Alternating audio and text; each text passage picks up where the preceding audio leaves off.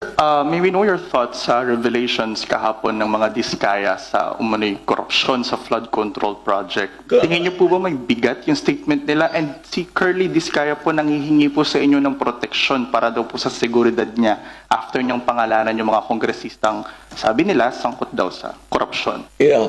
Can I correct that? These are not revelations. They are allegations. That's a very different.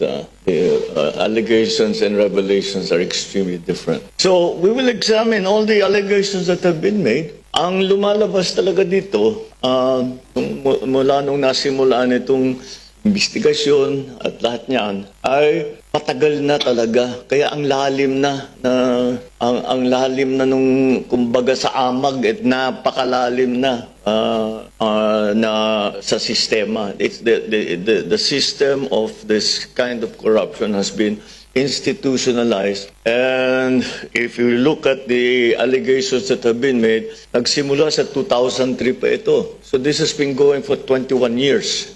And that is why it's so deeply seated within the system. And that's why it's going to be a very kailangan masalimuot at detalyado ang ating magiging investigasyon at para matignan. And yan ang magiging trabaho ngayon ng ating independent commission. So all of these allegations will be examined, and that's the job of the independent commission, which by the time we get back, before the end of the week, it will be organized. Thank you. And the personalities who are going to be part of the independent commission will also be named already. We will also decide on the powers. We already have a very good idea of what the powers and authorities will be granted to the independent commission. So that's their job. And we have made very sure that they are in fact independent, truly independent. So walang politiko dyan, walang puro investigador,